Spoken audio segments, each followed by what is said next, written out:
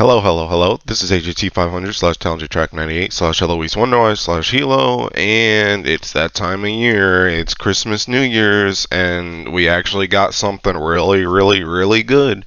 So what we got announced last night on the first day, and what is already active in the game right now, is this grand ticket where you actually get to pick a grand of your choosing up through Orologia, who came out. So anybody before Orologia. I think the only people that this excludes is Medusa and Vayne that have come out since. So yeah, you can pick anyone else before, and this is incredibly powerful. This is a very strong ticket, so you do not want to use this casually. You want to really hone in on what you want to get here. So I'm making this video to try and go through some of the picks that I recommend to get, and we'll go through some of the kits and talk about why, to get these characters and blase. We made this last night on stream, where pretty much we went through each element and we discussed all of it. So that was also a lot of fun to do. By the way, again, I streamed last night. I plan to stream again tonight too for day 2. So if you want to stick around for that, come and watch that. We will be streaming. So yeah. Anyway, that aside, let's kind of get into this video. So we're just going to go through each element and then talk about everything. So the first thing I need to preface this with, though, is that this ticket expires on January 5th, which will lead you pretty much until the last day of roulette in general. That last day of roulette with the guaranteed 200 draws is going to be on like some random character banner. So essentially, I would wait to use this ticket until all the high priority banners are over, right?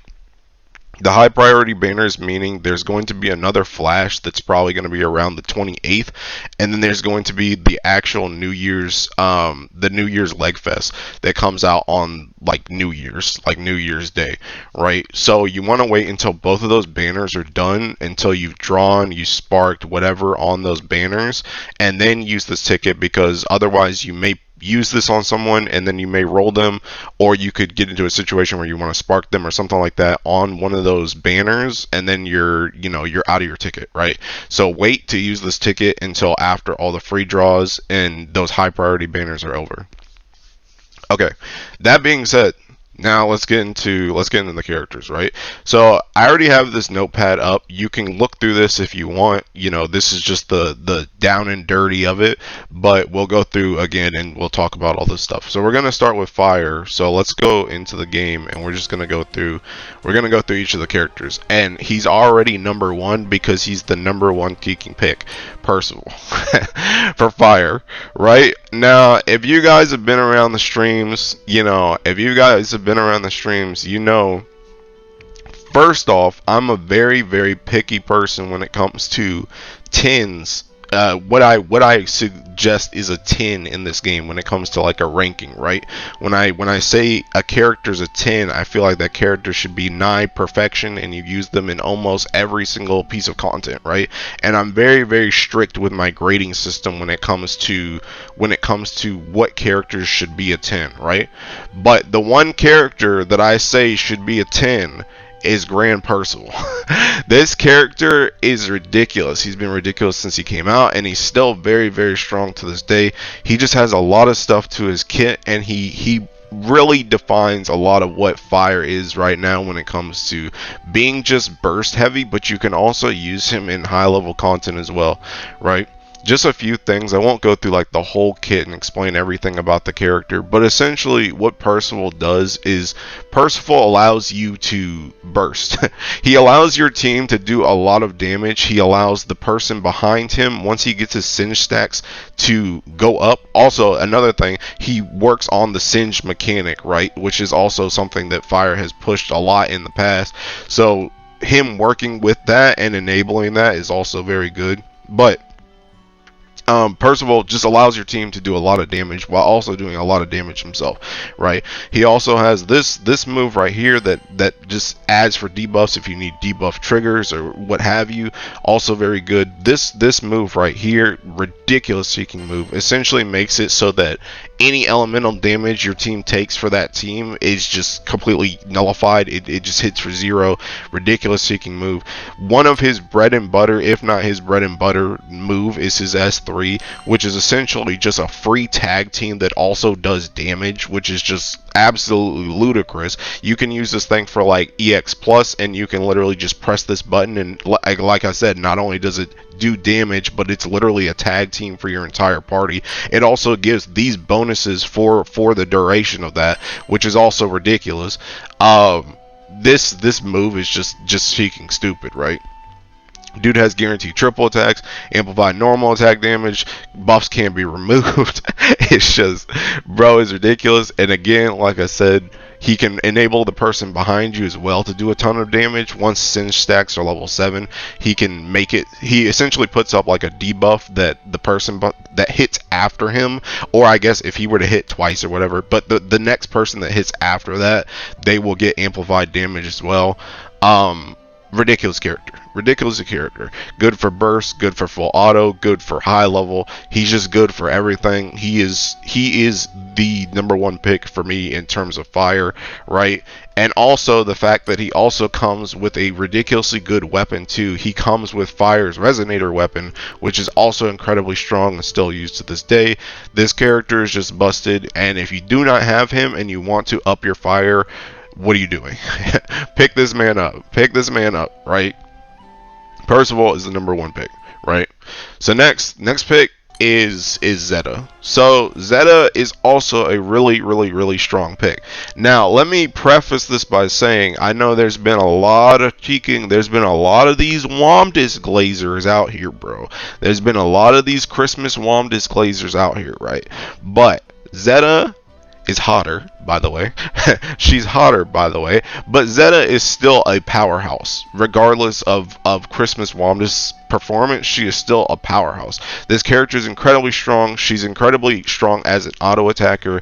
She has debuffs. She has dispels. She has skill damage. She's just good in general. She is still a very good Tekken character. You can use her again for burst, for full auto, for high level. She's an incredibly strong character and pretty easy to use just in general.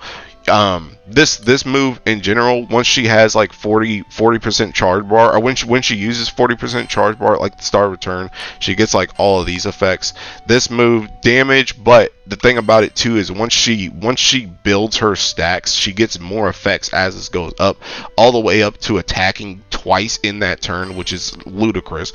This also, she pretty much puts this debuff on, and then this debuff also gives her like, well, it gives her like an assassin effect when this debuff is on, and this is just really strong. And this joint also plays into this because you can hit twice, so that's ridiculous.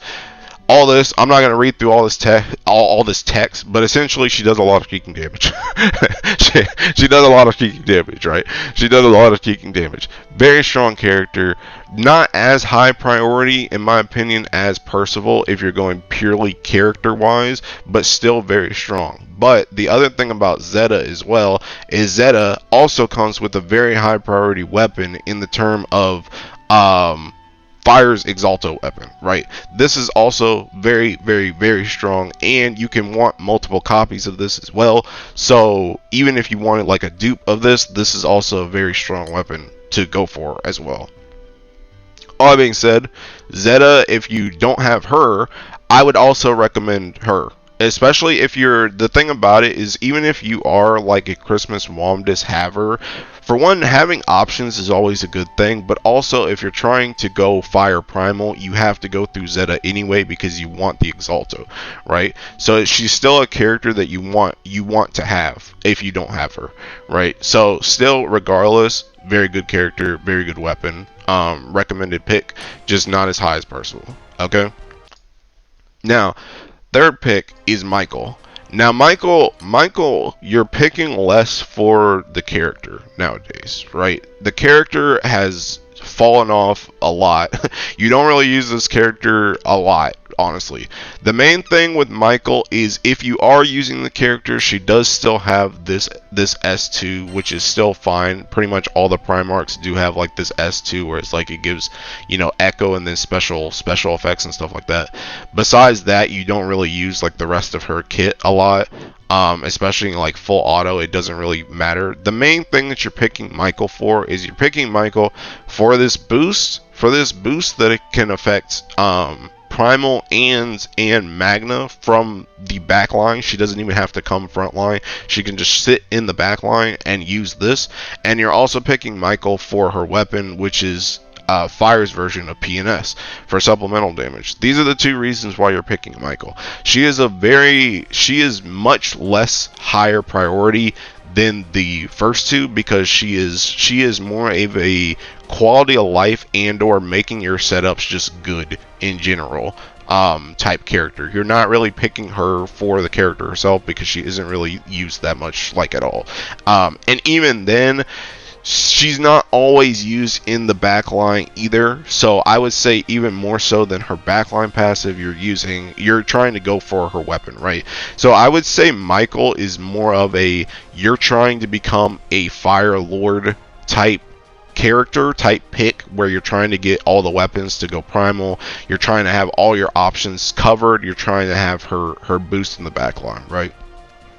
But besides that, I wouldn't recommend this character just if you're trying to power up your account in general, right? She's not going to give you that boost like Zeta or Percival will. So that aside, honorable mention for Fire is Fenie. Fenie is an okay character. You don't use her for a ton of stuff, and even some of the stuff that she is used in, she's not used in all the time now, which is mostly the higher level stuff like Super Ultimate Bahamut, Hexa. Well, I don't even know if you really use her for Hexa. Really, Super Ultimate Bahamut and like Fa Zero are like the two places besides like random one-off full autos. She's like a tanky character that she can res herself and then get like a myriad of buffs. I'm not going to go through this because honestly I haven't really used this character that much to even really tell you what most of her kit does. I'm going to keep it a stack, so I'm not even going to really talk about that. The main reason people are going to pick up Fenie is because they want her weapon, right? She's kind of in the same similar situation to Michael where you're kind of going for the weapon more than you're going for her. Now what I will say is while this weapon is incredibly powerful, there is another god. There is another god in the realm of fire, and it is called the Exo Dagger. the Exo Dagger is still ridiculously strong to this day, and you can still use it in pretty much every situation that you can use this weapon. There are very few situations where you can't use the Exo Dagger, and you have to use this weapon instead, right? So Exo Dagger exists for bursting. You can also just use like Luchador or Sumabito. With Fist main hand, you don't have to use this for the burst either. A lot of the damage in between those burst setups or full auto setups, I would say is very, very comparable whether you use Exo Dagger or you use a Fist type setup. So I wouldn't be extremely hurt if you didn't get this weapon. I don't think it's going to be like a huge detriment to your account, but it is good. I would say this weapon is lower priority than like Michael. That's the reason why this Fenie is an honorable mention. But this weapon is one of those things like Michael that you want to get if you're trying to become a Fire Lord. If you're trying to get all your options covered, if fire is your main Ellie and you just love fire, this is a good weapon to have. You probably want to have this, right? So that's what I'll say for Fenie. So with that being said, that pretty much covers fire. That covers the top picks for fire. Anything else is up to user discretion. So we'll be moving on to water next. Okay, so for water, and I should have mentioned this earlier, but we pretty much limited ourselves when we were making this list to 3 people, right? We're trying to stick to the 3 top picks and then have some honorable mentions. So that's the reason why I'm kind of glossing over some of the other characters, because at the end of the day, you can only pick one character anyway. If you have extra questions, you can ask in the description, Jesus Christ, in the comments, and I'll try and walk you through stuff, or other people can answer you in the comments. But again, mostly this is sticking to 3 characters. So now we'll go to water, right? So water, the first pick is Gabriel, right? Now, Gabriel is a bit different than Michael in fire, where Gabriel is actually a pretty decent cheeking character still. Gabriel actually has a lot of strong stuff. She still, again, has this S2 that like everybody has. She also has this that she can put, like this debuff that she can put on the boss. The main thing though is this nuke, right? This nuke, which not only hits incredibly hard, it dispels, but the gimmick to Michael is essentially whenever someone in your team triple attacks, she builds up stacks, and once she hits 3 stacks, when she attacks, she'll use that move for free, right? So Gabriel can do a lot of skill damage essentially for free throughout a fight, because you're going to be continuously triple attacking with your characters, right? So she is pretty good as a damage dealer. And again, she also has like this as well, which also buffs not only herself but the rest of your team. The other good thing that Michael has is on her Ogi, she has this debuff immunity for 1 turn, right? It's kind of like Octo's thing, where like when you use it, it like lasts for that turn, which can be pretty good, especially if you're running her in like an Ogi comp. I know especially for last Water Guild Wars, she was actually pretty prevalent for that, because you played a lot of Ogi comps for the harder floors, and you could use this character, right? And that being said, Water Guild War is coming up in January, so Gabriel has a lot higher priority if you do not already have her over other characters from other Ellies, because you want to try and prepare for the Guild War, right? So overall, Gabriel is a pretty strong character. She also, again, like Michael, has this boost as well that she can add to your party, which is also incredibly good, because again, you can use this in Primal or Magna. This is just a very strong boost to have in your party, whether she's frontline or in the back line. The last thing on I keep calling her Michael, Gabriel. The last thing on Gabriel is that her weapon is also PNS for water, right? Which is PNS is PNS. I've said it many times before. PNS is PNS. Very good weapon. And you want it. So Gabriel is pretty good because she is very much bang for your buck. The character's decent. She has good passive that even if you don't use her herself, you can put her in the back line. And her weapon is PNS, which is also a still very used weapon. So this is a good, very good pick, and she is the top pick that I have for water. I would recommend getting her if you don't have her and you're trying to buff your water, because she pretty much buffs your water in all 3 ways, whether it's frontline, backline, or the weapon. She's very good. So next, after Gabriel, next character we have is Europa. So Europa was very bad for a long time.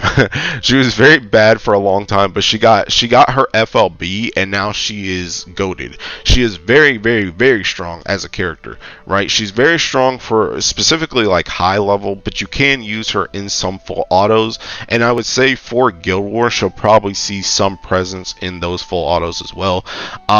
Pretty strong character. She has a lot of stuff going on, but I would say some of the main stuff that she has is like this S4. This S4 essentially buffs her and someone behind her and gives them like all these healing buffs, which is really healing nice. She also has like this as well that buffs. She has a lot of buffs. She has a lot of buffs. She has this. I forgot which one tweaking heals. I think it's this one. Yeah, this one heals. Also removes 1 debuff. Nice.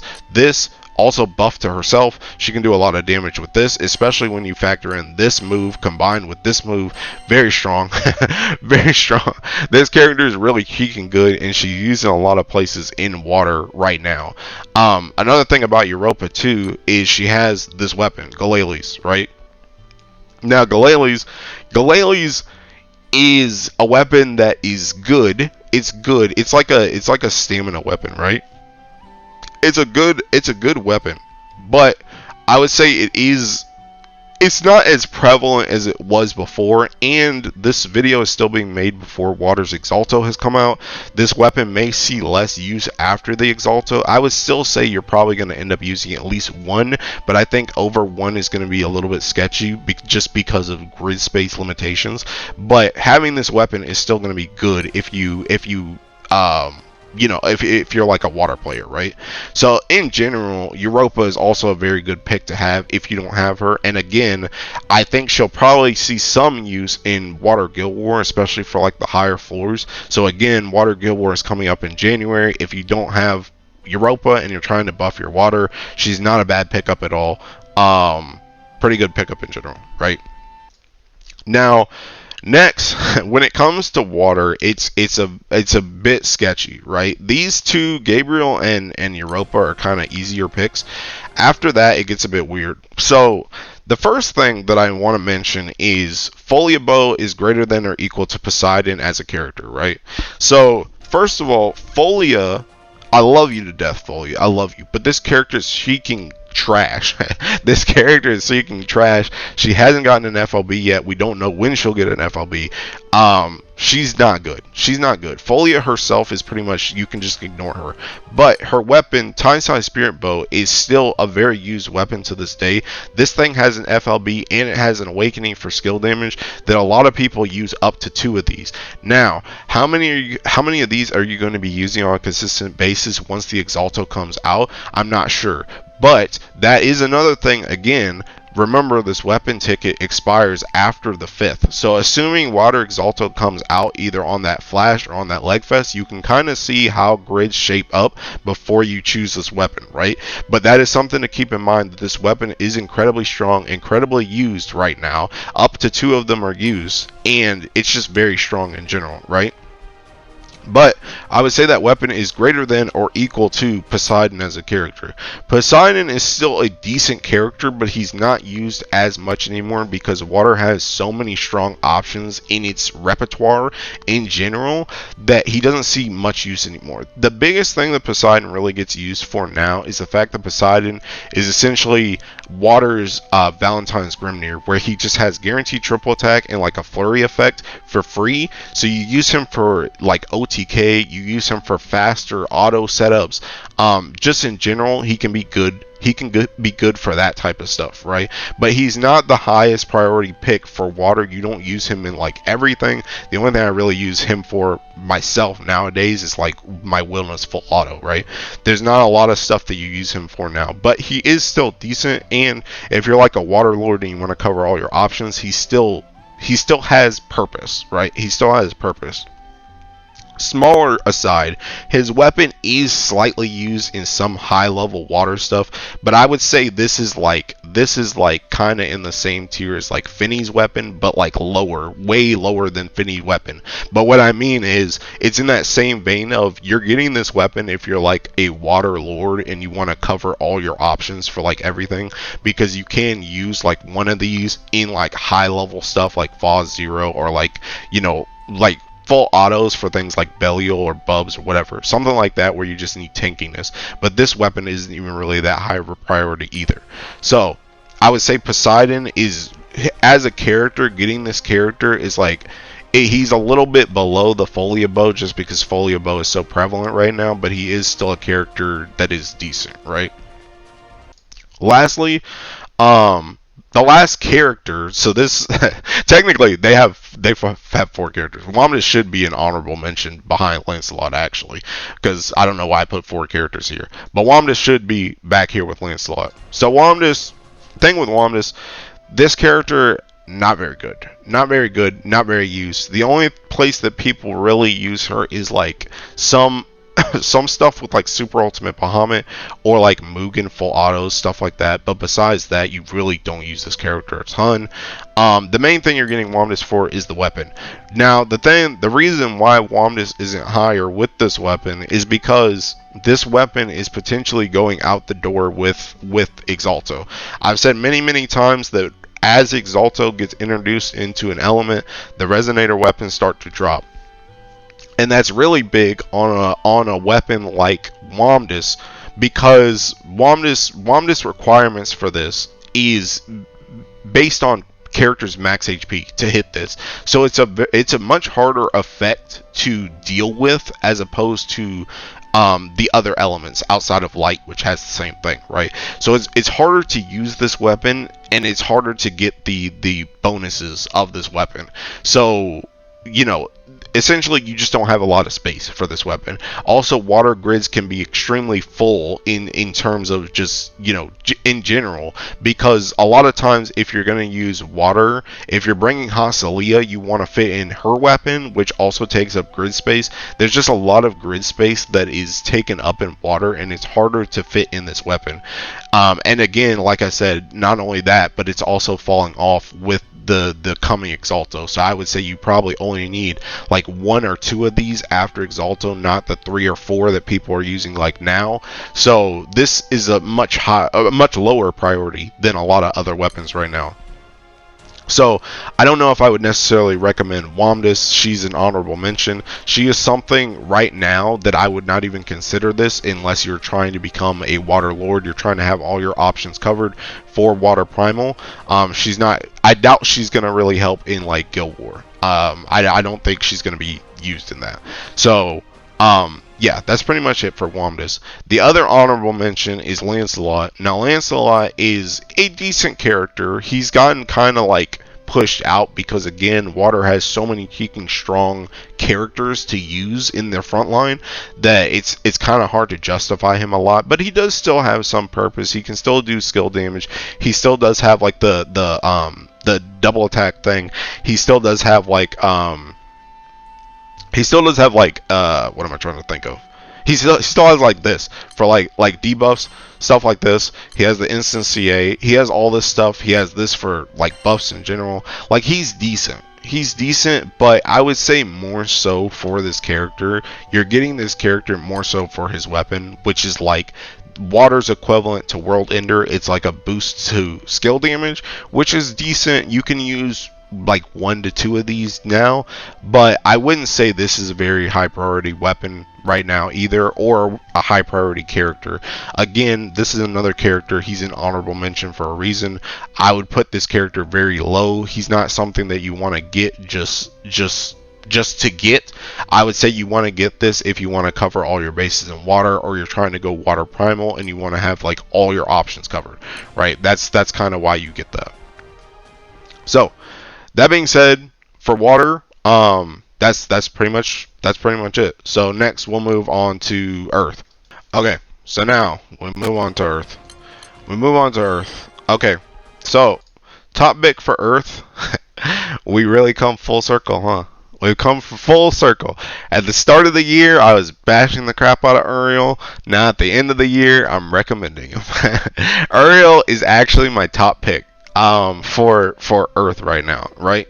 So the thing about Uriel is Uriel has gotten buffed retroactively a lot this year. In general, right? He has become a lot stronger of a character. He's gotten characters to help him out, like Raziel, that can, you know, just buff him in general, make his seeking TA go up so he can actually triple attack. You have Olivia that can give him his buff and then, you know, give him, you know, skill damage, stuff like that. You have Medusa that can play into his seeking, his red skill passive, stuff like that. He's gotten buffed a lot this year, right? And he's actually become a pretty decent character. Unironically, he's a very strong attacker, and he can last longer than like 1 turn now. He is very strong. Also, again, he's a Primarch. He comes with this S2 that everyone has. He can buff himself and the party with this. This move, unironically, Cheeking goated. This move does a lot of cheeking damage, and when he gets the stacks, he will activate this move by himself. Like, he has the kind of the same stacking mechanic as like Gabriel, but it stacks in a different way. So once people use like 3 red moves, he'll build up 3 stacks, and then he'll use this for free when he auto attacks.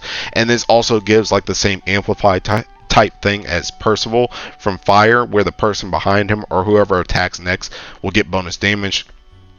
This move, Double Strike Guaranteed TA, also removes 3 buffs. Pretty good when you can use it as well. The other big thing about Uriel is, again, he's a Primarch. He comes with this passive, so whether or not you're using him in the front or the back line, he can still see use. So in general, his kit is still kind of like I know people are gonna flame me, but it's still not the craziest kit, right? It's still lackluster when you just look at it. He's just a brawler. That's what he is, and that's what Uriel is, to be honest. He's a brawler. He's a fist fighter, right? So that's the type of character he is. He just nukes. He does a lot of damage, and again, he can help your party, and with the buffs from other characters, now he can consistently be a strong attacker throughout the fight, right? So you still don't really use him for like high level outside of the back line, but he is very strong in full auto and in burst now. He's very, very fucking strong. So Uriel's good for all of that. Another thing about Uriel, he also again comes with Earth's PNS weapon, right? So this weapon is something you're gonna want to have if you're trying to be an Earth Lord, or you could just throw this joint in the grid. Even if you're not an Earth Lord, even if it's not taking uncapped, you can throw this in the grid just for taking supplemental damage, right? So PNS is PNS. I've said it many times. Again, PNS is PNS. Good. Just in general, he is the top pick for the Earth Rams. Unironically, really good Chicken character, right? Next character, Alex. Now, Alex is kind of weird. Alex did get her FLB, which did give her a lot of good stuff, right? She has like this, which she's already had, but this is good. She also has this, and this debuff immunity also lasts like an entire turn now, which is also really cheeking strong. Like that's really good, right? This is like skill damage, which is nice. It also helps build into her Mirror Blade mechanic, and it gives charge bar. She can kind of low-key be a battery, but she's not like the greatest battery when it comes to Ogi teams, but she can battery. She also gets this once her stacks finally get up. Honestly, unless you're running an Ogi team, you're never going to get this joint up. It takes so cheeking long to stack, but it's still decent. It gives her, essentially when you activate it, it gives CA to everybody in the team, but it also allows her to start doing double CAs from then forward, which can be really cheeking strong, unironically. She also has this. If you do use her in like a team with like Uriel or anybody else that buffs the earth attack, like gives the earth attack buff, this can be pretty strong as well. Overall, Alex she's a strong defensive and utility character. She's not bad, but the thing about it is it's just kind of hard to justify bringing her to a lot of stuff.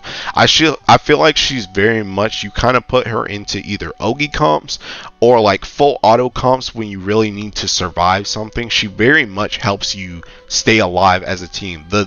There's a noticeable difference in your team's defense when you use this character, unironically. She is very strong because of this move and because of this move.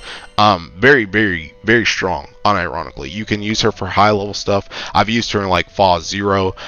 You can also use her for like full auto stuff. I used to have a full auto with Beelzebub that used her. You can use her for stuff like that, or full auto if you're just doing like an Ogi comp, also can be used for that. She also does come with this weapon, Mirror Blade Shard. Not really the highest priority weapon anymore. It does have an awakening on it, but honestly, there's not a lot of grid space for it nowadays, especially with PNS. It kind of took over this slot. You can still use it. You can still use it as like a main hand if you ever wanted to use like a dagger main hand. It's still a fine weapon, but it's not really a high priority pick. Honestly, if you're picking Alex, you're kind of picking her more for the character as opposed to the weapon, right? So that's pretty much Alex. Now, last is Galleon. Now, Galleon is good, but Galleon is very much situational now. Galleon's main use nowadays is like super ultimate Bahamut clears, unironically, when you do like, solo or mashing or anything like that. You can also use her for stuff like Hexa that you can throw her in, and she can help keep you alive and do a lot of damage for like the 2 mil hit triggers. You can also throw her into some V2 stuff because Galleon's main thing, honestly, well, she has this as well, which she can give a kiss to any of the other people in your team, and it gives them all these buffs, which is incredibly strong. This is an incredibly strong buff, and you can put it on everybody throughout a fight if the fight lasts long enough, right? But she also has this, where essentially this plays into her passive, where the way Galleon works is she'll be able to attack one turn while this is up, and then the next turn she can't attack, and then the turn after that she can attack, and it flips back and forth every single time, right?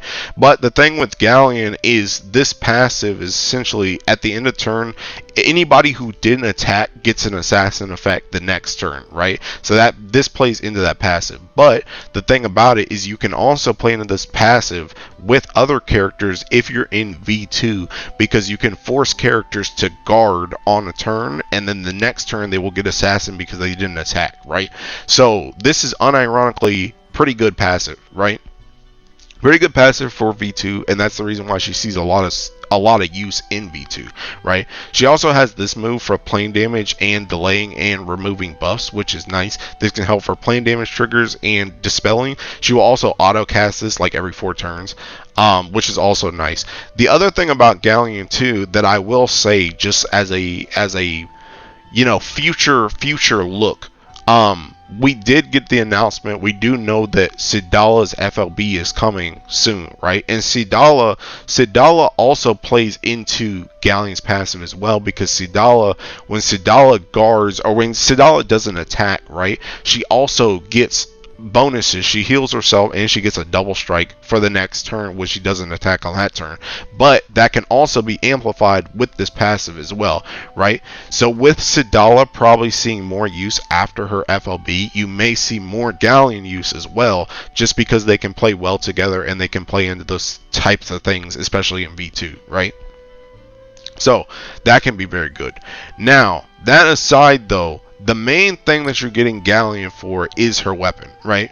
Now, let me preface this by saying this weapon is harder to use than some of the other resonator weapons, in the sense that the weapon requirements for this is that you need to have 3 of the exact same weapon. 3 of the exact same weapon to make this work, right? Which takes up a lot of grid space, and there's not a lot of weapons that there's worth running 3 of at the moment. Really, the only 2 that are worth running 3 of right now are the Exalto and this weapon itself, right? So this weapon becomes a lot less prevalent if you don't have 3 of them, right? If you don't have 3 of them, this weapon becomes a lot less prevalent. That being said, Earth does use 3 of these still a lot. It gives HP, it gives special damage cap, it gives defense. It's just good in general, right? It's still a good weapon to use in Earth right now. It's still very high priority, right? And the other thing about this weapon is this weapon allows you to kind of go out of using Kame grids as well, because you don't need to have like one of every, like a different type of weapon in each slot for a Kame grid. You can just run this, and then you can open up new grid possibilities by having 3 of these, and essentially giving the same stuff, if not more, than what Kame gives you in the backline, right? So this weapon is incredibly strong, but this weapon, you kind of need 3 of them, or you need like 3 Exaltos. So I would say this weapon is something that you kind of only really want to get if you're really trying to go like Primal Earth. You can throw it in like Magna Earth as well, because you do have stuff like the Exalto in Magna that you can use, and then you can just throw this weapon in there to play off the bonus. Even if it's not uncapped, you can still do that.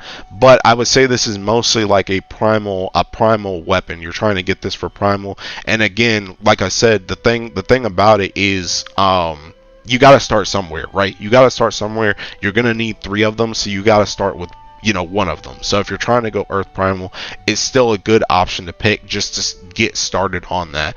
And this, like I said, this weapon hasn't dropped off that much with Exalto. It's almost used more than Exalto still. It's very strong. Earth is kind of an outlier with this weapon, because it is incredibly powerful. So yeah, that being said, that's pretty much it for Earth. When it comes to the main picks, the last pick is honorable mention Sandalphon, right? Now Sandalphon, what I said pretty much last night on stream, is Sandalphon is one of those characters that you don't need until you need him. He is one of those characters that you don't need until you need him, but when you need him, once you need him, he becomes almost BIS in that slot. Sandalphon's main gimmick is he still has this S1, which essentially whatever he does, once he uses S1, if it lands on the opponent opponent, they essentially become water. They become water. It's not even like Kame where it's like they're kind of pseudo water. It's not, it doesn't have all the things. It's full on, they are water. You get the seraphic bonus and everything when this buff is on the enemy, right? So this is incredibly strong because you can always hit on Ellie when this thing is up. You can also get this to almost always be up if you pair him with Lobelia, because you can like reset your skill to get this always up, right? So that's incredibly strong. Sandalphon also has this move as well, where pretty much now you can turn this move off in full auto, by the way, so you don't lose your buffs on everybody. But this move, essentially, it removes all buffs from everybody except Sandalphon, right? So when you get to like Beelzebub 50%, hit this move, all buffs gone instantly. He cannot do anything against that, right? So this move is incredibly powerful when you can use it, right?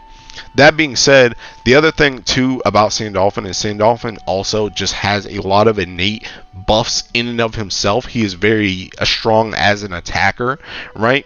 The thing about Sandalphon is he takes like reduced damage, but the trade-off is that you can't heal him. So he kind of just plays by himself, and he heals himself like a little bit each turn. But the main thing is he doesn't take as much damage as everybody else, but you can't heal him, right? But that being said, he also just has innate really high buffs down here, right?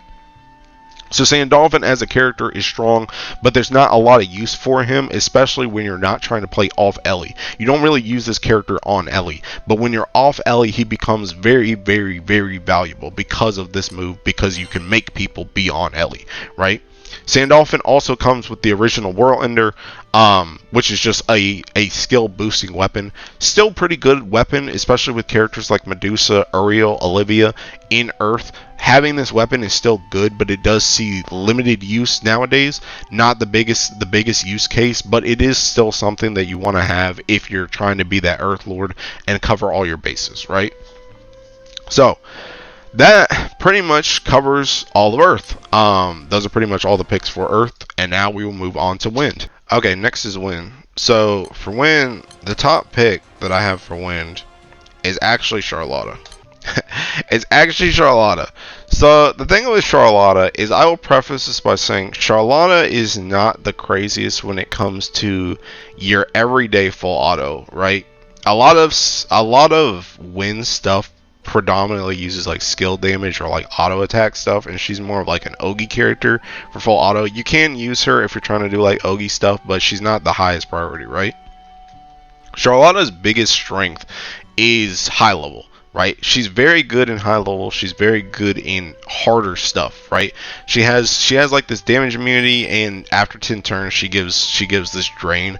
She also has like these two moves, and after 10 turns, these things can be used like twice per turn, which is really kicking strong, because these things can, this one's like a battery, right? This one's like a battery, and this one also is just a dispel. So she gets like double dispel, which is incredibly kicking strong, right? incredibly strong for high level stuff. This also, by the way, this damage immunity is also like Alexiel's, where it lasts the entire turn, so you can literally just dodge stuff like Hex of 40% and stuff like with this move, which is incredibly kicking strong. She also has this for like OTK potential. When she's a main ally, she gets 40% boost to everybody's charge bars, and these bonuses as well. So you can use her for like Ogi type OTK, or just OTK in general, because she's gonna buff your team, right? So unironically, she's overall the best, or not the best, but she's a very good character for high level stuff. That's mostly what you're bringing her for. Now, the reason why I put her in the top spot is because not only is she very good in high level, but she comes with Clam, right? Or Box, or whatever you want to call this, right? She comes with Wind's Resonator weapon. And the thing with this Resonator weapon is, this Resonator weapon, when it first came out, its effect needing 15 or more weapon skills, when it first came out, it was kind of hard to fit this in, right? But nowadays, grids have so many different mods in them that it is very easy to use this weapon now. It is very easy to use this weapon and hit these requirements, right? And you only really need one to hit this requirements. You don't need like extra, you don't need like a specific type of weapon, you don't need a specific type of HP, you don't need a specific amount of weapons, you don't need anything like that. It's literally just based on the mods in your grid, and you'll get these mods anyway just building a normal grid nowadays, right? So this weapon is very, very versatile to just throw in a grid, right? So it's very strong, and again, you can use it in Primal and in Magna, even if it's uncapped, or not uncapped. Because you get this skill for free off rip, right? So overall, this weapon is just really, really strong. So that's the reason why Charlotta is like the highest. Is because Charlotta, not only is she decent for high level stuff, but her weapon is very good and very easy to use in Magna or in Primal. So that's why I put her here. Overall, just a decent character, decent weapon for win. Next character is Ewiyar. Now, Ewiyar is a very weird character. A very weird character because Ewiyar, I've said this, I remember saying this before Win Gohor as well. Ewiyar is a character that's not necessarily bad, but their spot is very highly contested. They do a lot of the same stuff that like other characters do, where they'll like buff you and then they just kind of do damage in general. The main thing that Ewiyar has is like Ewiyar will charm everybody, but the thing about it is when characters in Wind are charmed but Ewiyar's on the team, they can still move and they actually get bonuses from being charmed, right? That's like their gimmick. Right. They also have this as well, where the everyone will get double strike after like the fifth turn, which is also pretty nice, but it's kind of like a one-time effect type thing. It's just Ewiyar is good, but the spot is contested. But if you don't have like any other win characters, Ewiyar is a decent character to have for like your general full auto and stuff. You don't really use them for a lot of burst stuff, but if you had nobody else, I guess you could use them as like a buffer and burst or something. The bigger thing, honestly, with Ewiyar though, is that they come with Win's PNS weapon equivalent, right? Which is Gale Wing. Again, PNS is PNS, right? It's still a good weapon. It's still good in general. You still use them, you know, up to 2. Still very good. So this is mostly what you're going for Ewiyar for. But again, Ewiyar is decent. They're not a terrible character. They're just not the most used. So you're mostly going for the weapon. I would say Ewiyar is kind of more of a pick that you're probably going to pick if you're going Wind Primal, or if you just don't really have like any characters at all, or if you just like Ewiyar, right? That's probably why you're going to go for Ewiyar. The last character is Narmaya, right? Narmaya is still very strong, but Narmaya has limited uses, right? Narmaya is a burst character that can be used in like full auto. You don't really use her in high level stuff unless you're planning to try and burst in that high level. That's pretty much what she is. She's an auto attacker. That's pretty much what it is. She essentially gets this move up and this move up, and she does a lot of kicking damage, right? You can also play into her with like double strike with like Summer Korra and stuff like that, giving her double strike, or I guess Ewiyar as well. You can play into that and give her double strike, and she can get that assassin for both the hits for the entire turn. That's also very strong. You can also play with like tag team stuff, give her the assassin for the whole turn, and she gets both of it. You know, that's good just in general. There's not really a lot to say about Narmaya besides she's just a very strong attacker. She's a very strong attacker. But like her use is kind of limited now, especially if you have a lot of other Wind options. Like Wind has like Vampy, it has like Lich, it has like Ewiyar. You know, it has characters like that you can use in like full auto stuff that you don't always have to use Narmaya. You also have Noir now, a free character that you can get. Like pretty much characters like that are as well, I don't want to say as good, but they can fill in slots. They can fill in slots in Wind to the point that Narmaya isn't always needed anymore, right? So it's kind of like you can pick her up, but she's not always used all the time anymore. The other thing with Narmaya is she does come with Evanescence. Now, Evanescence has fallen off a lot in terms of wins now. There are some setups that use like 2 of these, but they're kind of like, they're not always the best, and it's not a very prevalent weapon. You can also use this for like if you're doing like Crysaor stuff, but even then, I think a lot of Wind players are starting to move to like Rising Force when it comes to like Ogi stuff over like Crysaor. So This weapon has limited effects, right? And that's kind of why Narmaya is kind of lower, where she's not always needed and her weapon is lower priority, so that's why she's kind of lower on this priority system. But still a good character if you want to invest in your wind. But what I will say with Narmaya, though, honestly the biggest thing with Narmaya is the fact that she can win Guild War is the previous Guild War that we just had, right? So when Guild War is already over, you don't have to worry about having her for that. So her drop off is a lot more, and honestly you can just kind of let wind leak unless you're trying to, you can be the wind god and have all your options, right? So yeah, pretty much that's it with Narmaya. Now the honorable mention for wind is Kaguya. Now Kaguya, I know people love to hype up Kaguya for high level stuff, and she does have use, but Kaguya really isn't used that much. She really isn't used that much. You can use her in high level, but there are other picks that you use. Most notably, nowadays people are using the new Wind Mirren. People are using Cats with his FLB. You can even use like Siete in high level. You can use Katura in high level. There are other characters, Charlotta in high level. There are other characters to use for high level stuff when it comes to, she's kind of like an Ogi like looper character, I guess, where she goes in like that Ogi loop and she can give you buffs and stuff like that. But again, it's just she has a lot of competition in those slots, and it's kind of not, she's not usually your first pick, I'll be real. And even if she is your first pick, she's probably outclassed by someone else, because I know like in Wind Guild War I used her for a bit for 250, but then people started just using Cats in the front instead of her anyway. It was like, okay, well, whatever. Whatever, so you don't use Kaguya. The bigger thing with Kaguya is her folding fan, which is Wind's Exalta weapon, right?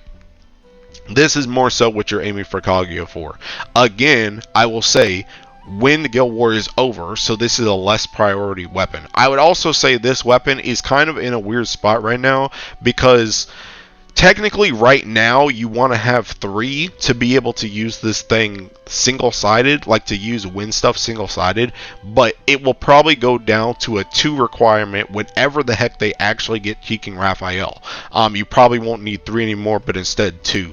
But this weapon is still their Exalta weapon, so it's still high priority. But again, when Guild War is over, and if you're not a wind main and you don't already have this, it's not really in your best interest to get this if you're not going to win Primal, right? It's not really the best to pick this up. So that's why Kaguya is down in like the honorable mentions tier, because she's not that crazy as a character, and her weapon is lower priority unless you're super invested in wind, and if you're super invested in wind, you probably already have it anyway. So yeah, that's pretty much winds in a nutshell. Now we go on to light. Okay, so moving on to light. The first, now, we had a lot of debate. I had to run a poll. Run a poll on this one. We had a lot of debate last night on this. So I'm just gonna preface this. I'm gonna honestly just say these characters are kind of tied, right? But I'm gonna talk about Sandalphon first, right? Now, Sandalphon is a decent character. Sandalphon's a decent character. Sandalphon has like this buff that he can give to people. He has Revitalize effect. He has this where essentially he can do a ton of damage. Like Sandalphon can get, when he has like both of his, he essentially has like 2 buffs. And once he gets both of his buffs up, he does like a ton of cheeking hits. And this allows him to attack twice in a turn, right? Like him specifically. It's like a him specific attack thing. But it's pretty strong, and it removes 1 buff, right? He also has this for instant CA and CA reactivation. Pretty good. Just in general, this character is nice. This also can give like the seeking dodge effect to everybody, so this can also help you with like hex of 40%. You can just give everybody dodge and just walk through that joint. So this is also pretty nice, right? In general, the character is decent all around. He's not that used nowadays, though, if you have other options. He's not like a frontline unit that you use all the time.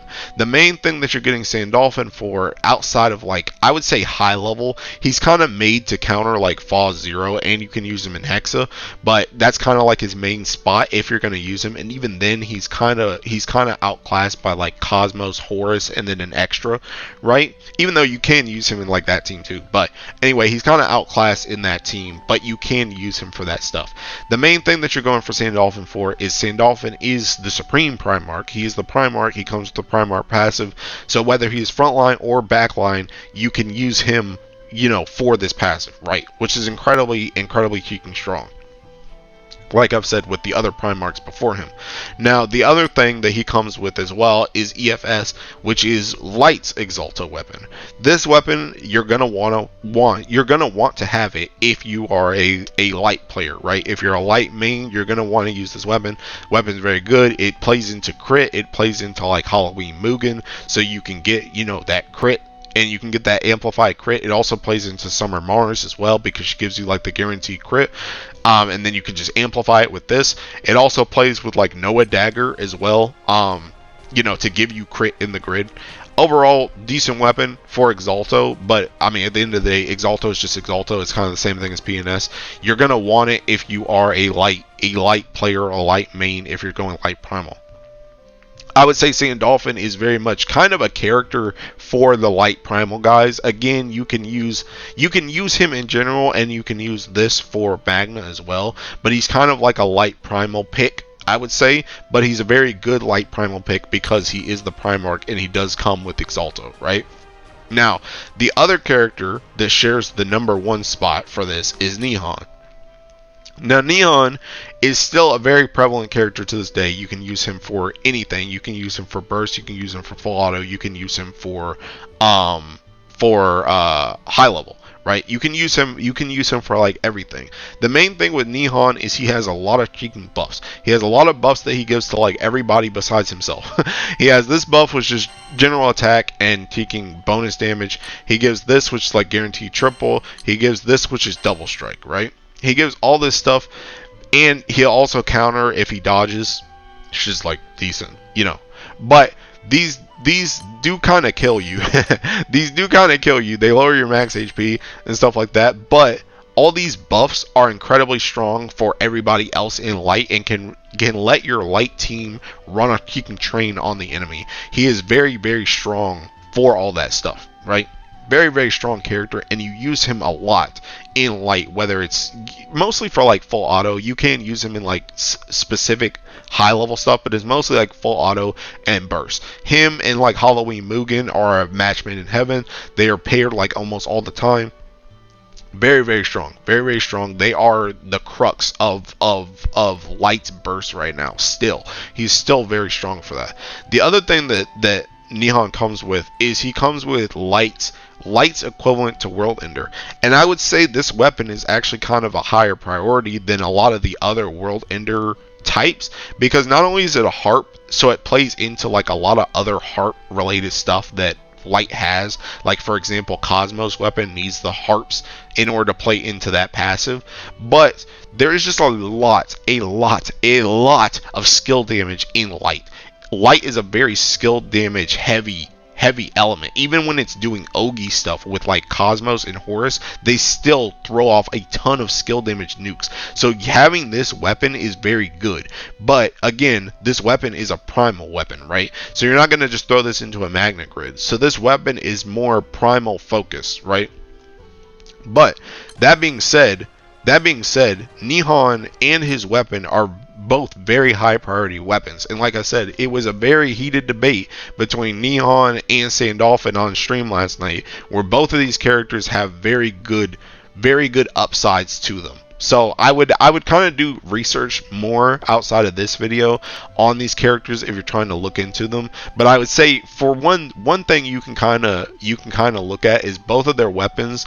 While I would say the Exalto is kind of a little bit higher priority than the Nehan Harp, I would say both of them are they're still primal weapons, right? They're still primal weapons. They're sought after primal weapons. But if you're not primal, they both kind of lose a little bit of value in that situation, right? Because they're not just plug and play for everybody. But that being said, both these characters very good. Nehan and Sandalphon, they're the top two picks that I would go for in light. The last pick is Cosmos. Wherever she may be. I think she's on the second page. Okay, the last pick is Cosmos. Cosmos is pretty much she is one of the main cruxes of light high level content, right? She does like everything when it comes to high level. She is incredibly freaking strong. She has this, which she can dispels. She also uses this move whenever she ogies, and once she uses this move, she will get double Ogi. She will get double Ogi, so she can shoot this off twice. So that's 2 dispels on Ogi plus all the seeking damage right here. Also, when she auto attacks, she'll auto activate this, and this also gives not only charge bar, but it gives 2 debuffs. So you can get 2 debuffs if you need debuff triggers, stuff like that. She ignores all the resistances. Doesn't really matter that much besides just damage, but it's still good, right? She does deal this superior element damage regardless of foe element. Also freaking good. This as well, once she gets this up, pretty much she needs to keep equilibrium with her HP. So the closer she is, Jesus Christ, the closer she is to 50% HP, the more buff she gets from this, right? Not the biggest of deals, but it is something that you kind of want to play into. But essentially, this character just runs a train in high level stuff, right? Once we come around to Light Guild War on 250, she's probably going to see a lot of use in that because she has a lot of utility, and a lot of Ogi damage in 250 usually lends itself more to Ogi, so she'll probably be used a lot for that. But if you want to do high level light stuff, she's your gal. You know, stuff like Hexa, stuff like Fa Zero. People will tell you legitimately, and it's kind of true, if you don't have her for Agostia, pretty much the only options you have are Cosmos comp or like having Golden Fist of Ura to do Agostia. If you don't have that, doing Agostia is extremely hard without this character, because this Agostia was like pretty much made. This character was pretty much made to take on Agostia, right? So overall, this character is like your high level character, but she can be used in like random full autos too. She's just not as high priority because usually light goes for like auto attack based stuff or skill damage based stuff when it comes to like normal full autos, as opposed to Ogi, right? But when it comes to high level stuff, she's your cow. The other thing too is her weapon. Her weapon is not the highest priority. Her weapon is very much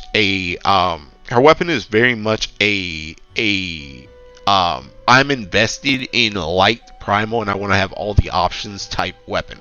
It's a very hyper specific weapon. It's for like Ogi stuff, and like I said before, it plays into like this harp gimmick where you need harps to make all of it work. So it also wants the other stuff that light primal has to offer, aka like Nehan harps and Yuni harps, to really play into this to its highest effect. But it's a good weapon to have. It's a good weapon to have around. But again, you don't really need this unless you're like super hyper invested in light, right? So that is the picks for light. It does have an honorable mention though too. So the 2 honorable mentions for light are Lucio, who recently got an FLB, who is very, very strong. He is very good for high level stuff. He is very good for full auto stuff. He is very good just in general once you get his FLB. He does a lot of kicking damage. He can protect your team with this. Just good character overall. The other thing that comes with Lucio is Eden. Eden has an awakening for like multi-attack. Still a very used weapon to this day. It's your stamina mod, right? And it has this big boost to attack. It's just a very strong weapon to have. But it's kind of more of a primal thing again. So that's why he's in like honorable mention as opposed to just being a character that you always get, because he's not used in like everything. Even in high level stuff, he's not always the first pick because you're using like usually like Cosmos and Horus and characters like that. You're not using him all the time in high level stuff. The other honorable mention is Yuni. Now, Yuni as a character is well, okay. Let me not say that. Yuni as a character, unironically, is taking very strong. Yuni is my baby. I used to say this so much during Teking when I first did Hexa. She was the carry in Hexa, unironically, because she is very good when it comes to high level manual play. She is very, very strong, right? She has this that she can spam every turn that will build her stacks and heal you and give charge bar gain. She also has this where she can end somebody's skills so that you can just do whatever you want with this. She has this that can cancel any cancelable omen, which is ridiculously strong in V2 stuff. And she also has this that becomes, once she puts this up, it's a permanent buff on her that affects everybody in the party, that just gives all these bonuses, which is ridiculously freaking strong for high level stuff. The only issue with Yuni is that she takes a ridiculous amount of ramp up time, so you really need a long fight like Hexa or Fall Zero to use her. And the bigger thing with Yuni now is there's just other characters that are higher priority that ramp up a lot faster or don't need ramp up at all, like Cosmos, like Horus, right? That you can just use in this high level stuff, so you don't use her as much anymore. But she is still a ridiculously good character to have in your back pocket, but she's not a priority as a character anymore. The bigger priority on Yuni is her weapon. Her weapon is PNS, light version of PNS. Again, PNS is PNS. It's good. Whether you're Primal or Magna, this weapon is incredibly freaking strong. So, you want this weapon, right? But you're really only rolling for this character if you want this weapon, right? If you want this weapon, I would even go as far to say if you're trying to go light Primal, right? Also, you may want to use one of these for Agostia, but I don't think people really use this for Agostia that much anymore. But, you know, that's pretty much why you're going for this character, is for this weapon. This weapon is good, it's PNS, but that's pretty much it, and that's why she's in the honorable mention tier. But, yeah, so that's pretty much it for light. Now, for light, we go for, after light, we go for dark now. Okay, so now, we move on to dark, the final element. Now, for dark, first pick, the best mom and or dad, Orologia. Orologia. Now, Orologia is very strong. Orologia has single-handedly flipped dark high level on its head and made dark high level a lot easier to use, right? Orologia has this buff that they can give to the whole team, right? Also this debuff immunity, also very freaking nice. They have this dispel, and this dispel can also, while this is up, will also be applied to MC. So whenever MC attacks, they'll trigger this move, and Orologia will use it. So you can get dispels like that as well.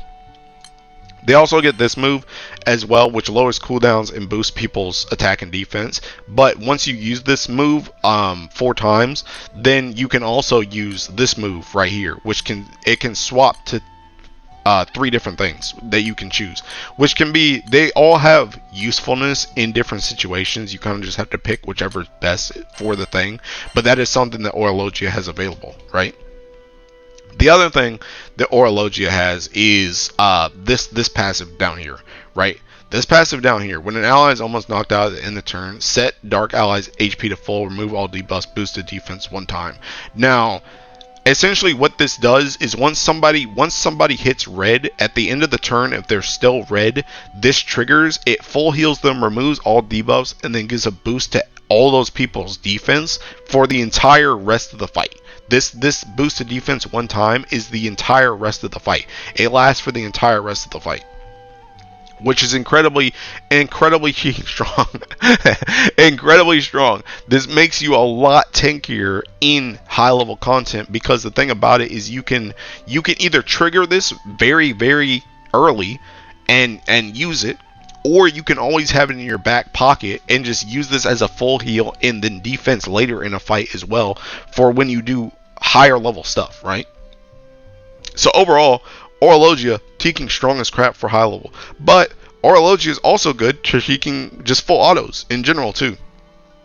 Orologia just is kind of built very well, because Orologia has this as well that they give to themselves, where essentially they give this boost to attack, guaranteed triple attacks, taking bonus damage and boost to dodge rate as well. Just strong as an attacker in and of themselves. Like by themselves, they're a good attacker. And like I said, they play into this, which can also lower people's skill cooldowns, and buff them. They give this to MC, and they have this buff again that they give to all allies.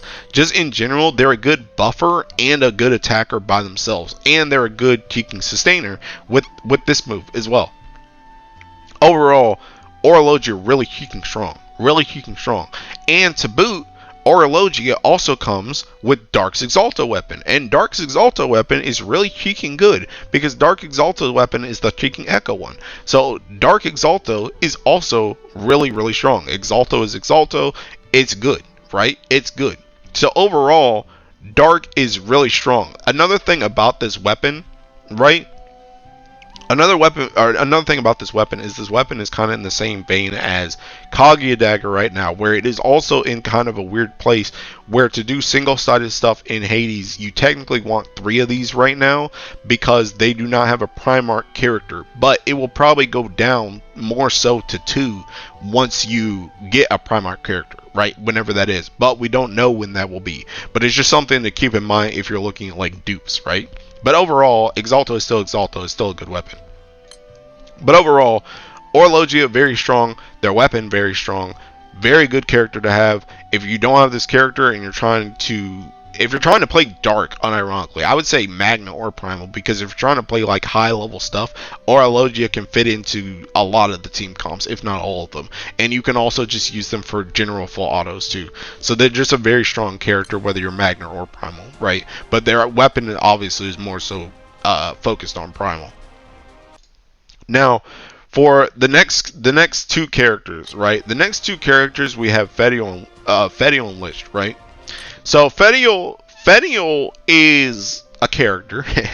She's a very hot character. I love Fediel so freaking much. So down bad for Fediel.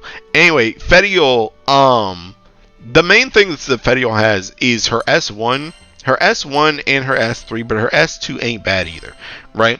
So her S1 essentially it gives like all these buffs when you have it up, but the main thing is that she has this 10k shield, right? This shield is a 10k shield on all allies, which is incredibly strong for survivability.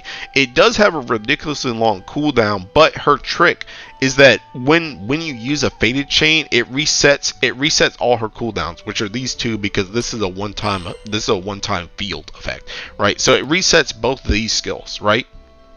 So if you're playing in high level, which is mostly the place that you're gonna bring Fediel, is you're gonna bring her for like Phase 0 or like Hexa. If you're gonna bring her for stuff like that, when you Ogi and you get that faded chain, you can get this back up, which means you can get these buffs right here, and you can also get this 10k shield a lot more consistently, right, to help your survivability. Also, this move is also good too because it gives a lot of debuffs and it's skill damage and hits, right? So it can help with hits, skill damage, and debuff triggers. And the other thing too is when this is in effect, she auto activates this as she attacks.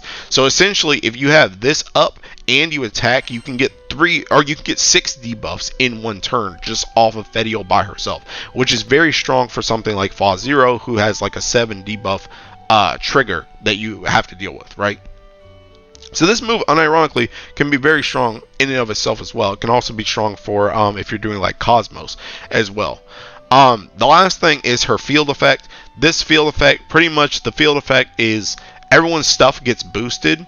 Everyone's stuff gets boosted, but well, you have it right here. All these boosts right here. Pretty much everyone gets boosted right here, but they take damage every turn, right? This damage can kind of be mitigated with this as well. It's not like crazy damage, but it is damage that you have to deal with. Also, while this is in effect, she'll double Ogi, which is also good. There's nothing crazy about her Ogi, but she does double Ogi, right?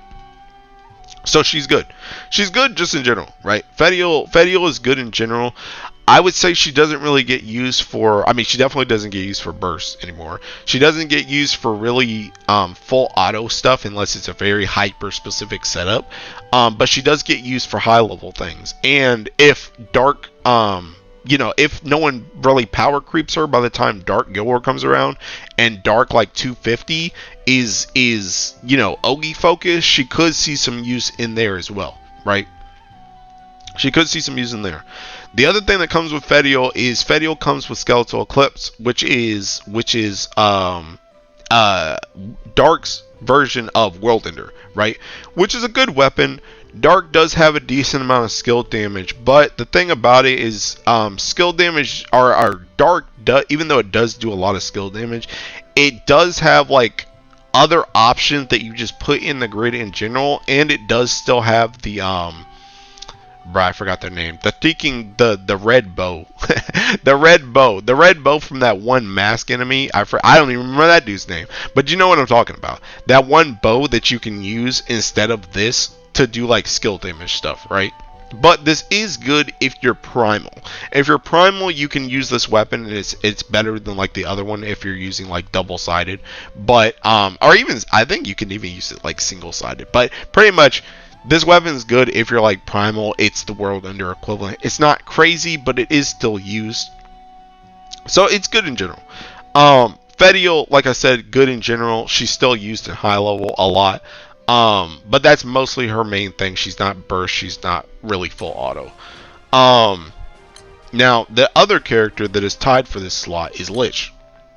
Now, I would say Lich is kind of like the opposite of Fediel right now.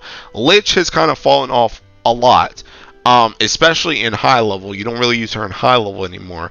She is more so like a full auto character, but even then, you don't always use the full auto for Lich anymore nowadays either. But that is kind of more her spot as opposed to Fediel, who is the high level one, right? Essentially, Lich's thing is that essentially she gets this buff up, which allows her to, like, she can nuke like crazy. She nukes like crazy. She nukes like crazy with this as well. She also has like all these debuffs, where essentially when your team is debuffed, you will get like effects with her on the team, and she'll get effects.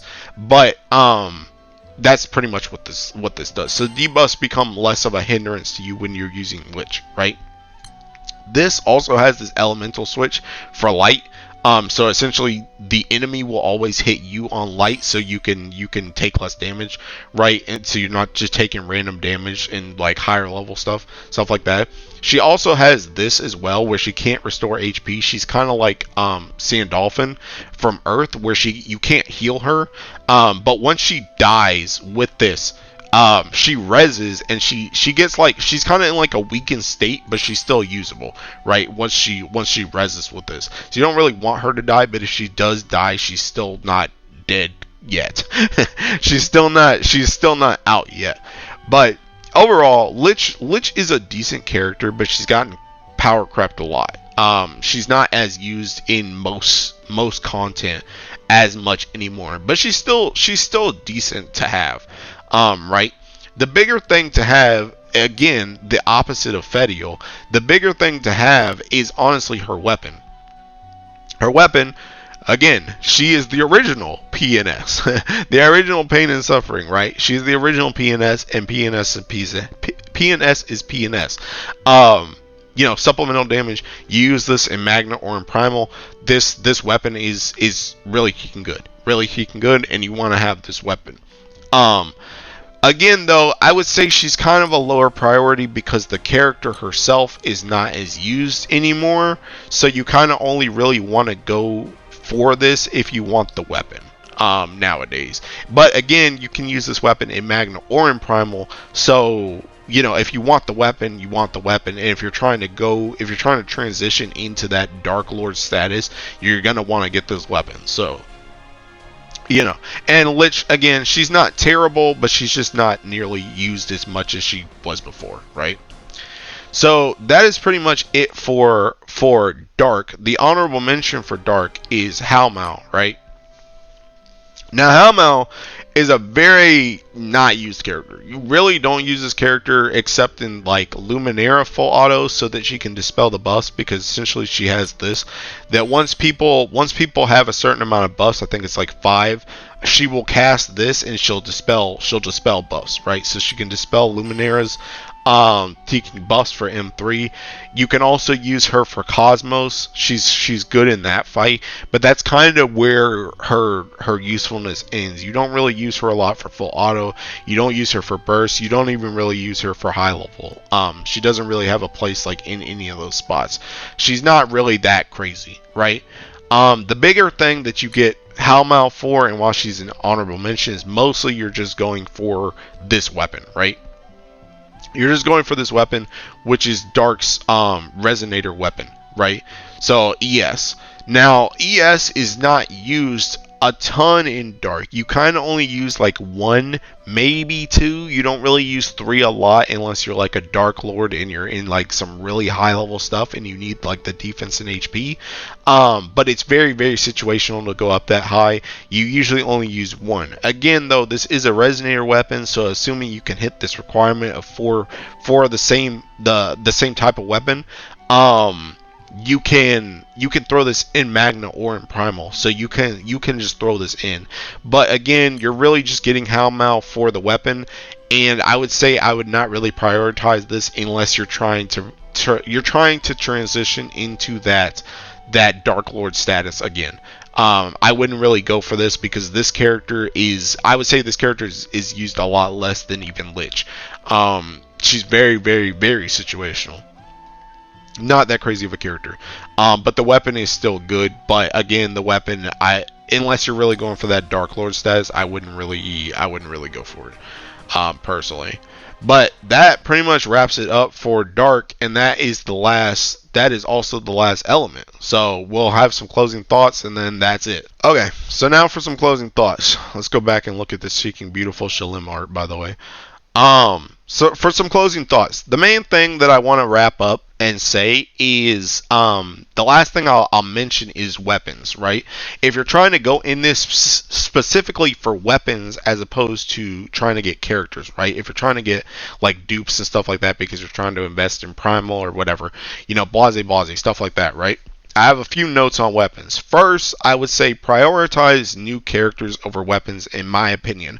I would say for the most part, if you're missing very high priority characters, pretty much if you're missing like the first character in each of these elements, I would probably prioritize that over getting like a duplicate of a weapon. So like for example, if you're between like, if you're between like a second Gabriel dagger and getting Percival, I would probably get Percival. You know what I'm saying? Even if you're not a fire player, because the thing about Grand Blue is, as we all know, you have to play all the Ellies, right? You can't just play, like, you can heavily invest in one Ellie and you can main one Ellie, but you have to play all the Ellies. Every Ellie has to do guild war. Every Ellie has to farm for another Ellie. You have to use, one Ellie to farm for another, blase. Stuff like that. So you need every Ellie. So I would prioritize top pick characters over getting a duplicate weapon unless you really know what you're doing, or you plan to you're planning to spark a character, for example. Like for example, if Uriel pretty much, I'm not gonna say a specific example because I don't remember all who's on which banner. But essentially what I'm saying is, for example, let's say you want to spark on like a Flash Fest, and the duplicate character that you're gonna get is a Legfest character, right? So for example, what you could do is you could ticket the Legfest character and then spark on Flash Fest and spark the other character that you want to get, right? Because you want to spark on Flash to try and get some of the other characters that might be on Flash. You see what I mean? So it's like if you're trying to strategically plan out your roles and stuff like that for what gets your dupe on this ticket, that's fine, but think that stuff through. You know what I mean? That's what I'm trying to say. Think that stuff through. I'm just saying, for a general thing though, I would probably prioritize getting new characters over duplicates of weapons, especially if you're not even that invested in an element yet. Like if you're saying, hey, I'm gonna go primal in an Ellie, but you're not actually primal in an Ellie yet, I would calm down and get another character first, probably. In that situation. That's just me personally. That's just my general advice. Also, in the case of dupes, really do your research or ask questions on on what's needed before choosing, especially if choosing over a new character. So this is another thing where, for example, you may see a big example right now is like water, right? If you look up water grids, you may see a lot of water grids that have 2 to 3 Wamdus umbrellas, right? But you have to keep in mind, hey, Water Exalto is coming very soon for for Guild War is coming very soon, that weapon may drop down to 1 to 2 instead of 3. So if you're trying to get like a third Wambrella or like a fourth Wambrella or something like that, don't get that, because it's probably going to get power crept very soon, you know, taken off very soon. Same thing with something I'm looking at Alex right now. You know, you may see Alex Dagger in some older videos, but Alex Dagger has been kind of taken out a lot by PNS being introduced into Earth.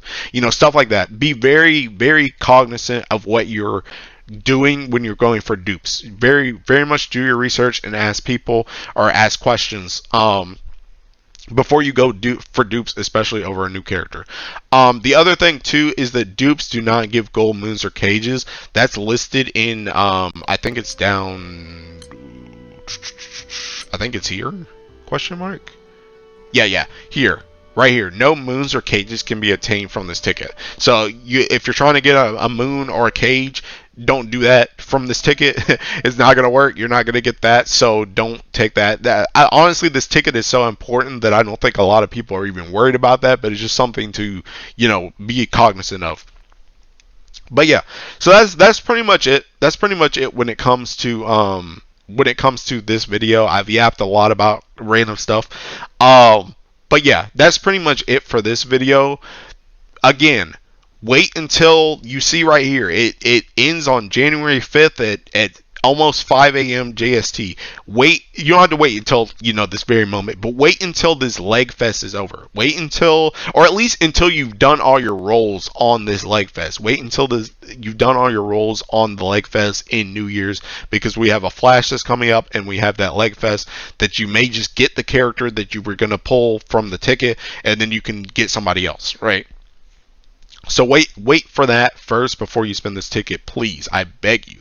I beg you to do that. Do not get hasty with this, because this is a very, very strong opportunity. The fact that they're letting us pick a grand is actually really kicking strong. And it's a lot of grands too. It's not even like just old grands. It's a lot of grands, because the only two people are missing are Tegan Medusa and Vayne, right? So it's a lot of grands that you can pick, pretty much all of them in the game. Very strong option. Do not misuse it. Use it wisely. Do your research. You have some time. You have like, you know, 10ish. Well, you have like 15ish days to think about this. So really think about it and make a good decision off of it. But that being said, I hope this video helped you. If you have any questions, you can ask it in the comments. I also have a Discord now. The Discord, there's a video up for it from like a couple days. The Discord link is in the description for that video if you wish to join the Discord. No pressure on that though, by the way. But yeah, that all being said, hope this video helped you. Again, this video is going to go up before the second day of the stream, so if you want to watch the second day of the stream with us, we'll be doing random stuff. I'm going to be doing my dailies and stuff like that while we wait for the news. It's going to be like at the peaking late hours of the night. You know, that'll be up later on the channel, and then the VOD for it will be up on the channel afterwards if you want to watch it back. So again, I've said this, like, I've closed out like 3 times. But anyway, I'm going to leave. I'm going to leave. All right, bye. Have a good holiday. By the way, have a good new year. Here's to 2025. Hopefully hopefully this year has been good to you, and hopefully 2025 is a good year as well. So, goodbye. Bye. I'm gone. I'm gone. All right, bye.